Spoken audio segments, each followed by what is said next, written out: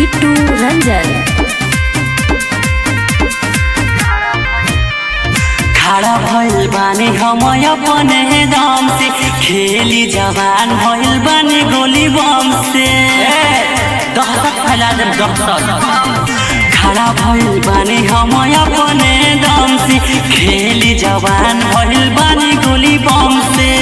सत्ता और सरकार सब एही जैसे कमांड होला,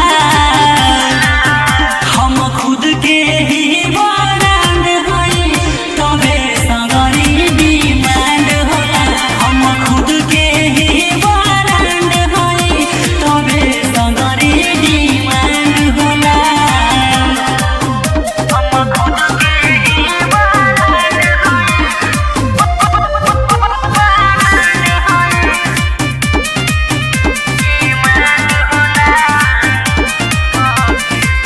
के मर्डर मुँह देखनी नाही जेल के, चलत रही हरदम बाग नियन रेल के।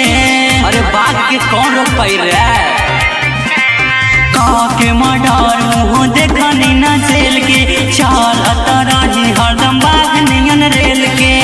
बड़ा चाहे छोटा बिना पूछले कांड होला,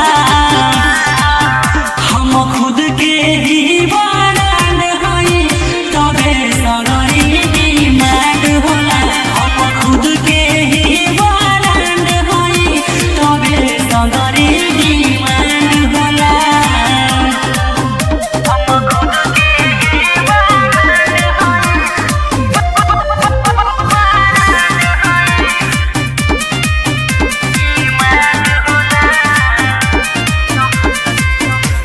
दहशत मचा के रखल बानी हम जवानी में, दीपक गुड्डू के संग लगा देब आग पानी में।